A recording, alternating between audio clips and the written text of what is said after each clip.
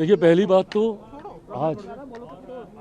का जो बजट हमारी सरकार के द्वारा पेश किया गया है,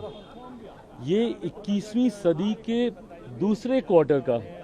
और जो क्वार्टर हम सब के लिए बहुत ज़्यादा मायने रखता है, क्योंकि 2047 जब हम एक विकसित भारत बनाने का जब हम जिक्र करते हैं, तो ऐसे में अब ये जो अगला क्वार्टर शुरू हुआ है 25 से लेके 50 तक का, यहाँ से अब हमें हर उस सोच को बल देकर आगे बढ़ना होगा जो इवेंचुअली 2047 में भारत को एक विकसित देश बनाने का काम करे।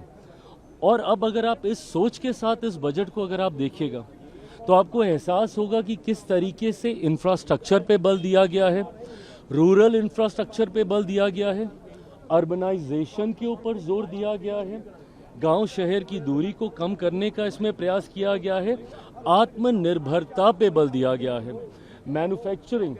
और मैन्युफैक्चरिंग सेक्टर के हर एक वर्टिकल्स में, भले वो डिफेंस में हो, वो प्रोसेसिंग में हो, वो किसी भी क्षेत्र में हो, रेयर मिनरल्स में हो,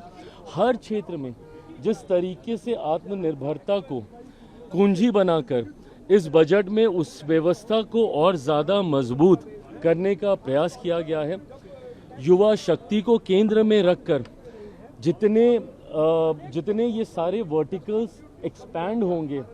उतनी ही जॉब अपॉर्चुनिटीज़ भी क्रिएट होंगी। स्किलिंग पे बहुत ज़्यादा कंसंट्रेट पुनः किया गया है।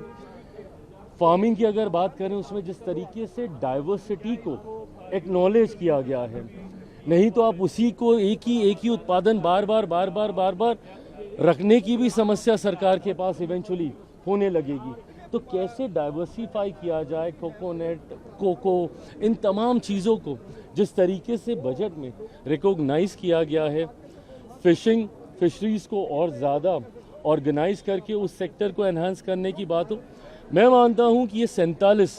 विकसित भारत के निर्माण के लिए उसकी एक मजबूत नींव को तैयार करने वाला एक बहुत ही विजनरी बजट है।